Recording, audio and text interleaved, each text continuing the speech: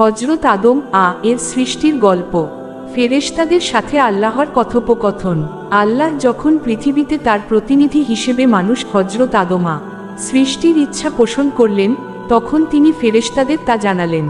ফেরেশতারা বিনীতভাবে জিজ্ঞেস করল, আপনি কি পৃথিবীতে এমন কাউকে সৃষ্টি করবেন যারা সেখানে গিয়ে অশান্তি ছড়াবে এবং রক্তপাত ঘটাবে? অথচ আমরাই তো আপনার প্রশংসা ও পবিত্রতা ঘোষণা করছি। আল্লাহ উত্তরে বললেন, নিশ্চয়ই আমি যা জানি তোমরা তা জানো না। এরপর আল্লাহ আদম কে সৃষ্টি করলেন এবং তাকে সবকিছুর নাম শিক্ষা দিলেন। তারপর সেই বস্তুগুলো ফেরেশতাদের সামনে উপস্থাপন করে বললেন, তোমরা যদি সত্যবাদী হও তবে এগুলোর নাম আমাকে বলো। ফেরেশতারা অপারগতা প্রকাশ করে বলল, আপনি পবিত্র, আপনি আমাদের যতটুকু শিখিয়েছেন তার বাইরে আমাদের কোনো জ্ঞান নেই, নিশ্চয়ই আপনি মহাজ্ঞানী ও প্রজ্ঞাময়। তখন আল্লাহ আদম কে নির্দেশ দিলেন নামগুলো বলে দিতে। আদম যখন সবকিছুর নাম বলে দিলেন, তখন আল্লাহ ফেরেশতাদের মনে করিয়ে দিলেন যে আসমান ও জমিনের অদৃশ্য সব বিষয় এবং তাদের মনের গোপন কথা আল্লাহ ভালো করেই জানেন। সিজদা ও ইবলিসের অবাধ্যতা।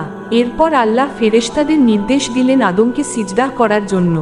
সবাই সিজদা করল, কিন্তু ইবলিস তা প্রত্যাখ্যান করল। সে অহংকার করে নিজেকে বড় মনে করল এবং কাফিরদের অন্তর্ভুক্ত হয়ে গেল। আল্লাহ আদম এবং তার স্ত্রী হাওয়া কে বললেন, তোমরা স্বাচ্ছন্দ্যের সাথে জান্নাতে বসবাস করো এবং যেখান থেকে ইচ্ছে আহার করো, কিন্তু সাবধান, এই গাছটির কাছে যেও না। যদি যাও তবে তোমরা অন্যায়কারীদের অন্তর্ভুক্ত হবে।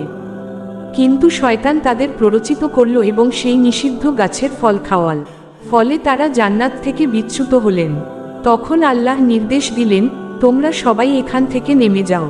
তোমরা একে অপরের শত্রু হিসেবে পৃথিবীতে অবস্থান করবে এবং সেখানে নির্দিষ্ট সময় পর্যন্ত তোমাদের জীবনোপকরণ থাকবে। অতঃপর আদম তার রবের পক্ষ থেকে কিছু কথা তওবার দোয়া শিখে নিলেন এবং আল্লাহর কাছে ক্ষমা চাইলেন।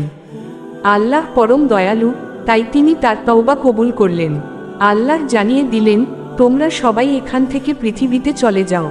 যখন আমার পক্ষ থেকে কোনো হেদায়েত বা পথনির্দেশ তোমাদের কাছে পৌঁছাবে, যারা তা অনুসরণ করবে তাদের কোনো ভয় নেই এবং তারা চিন্তিত হবে না। এই হলো পবিত্র কুরআনের আলোকে আদম এর সৃষ্টির সেই ঐতিহাসিক ও শিক্ষণীয় ঘটনা।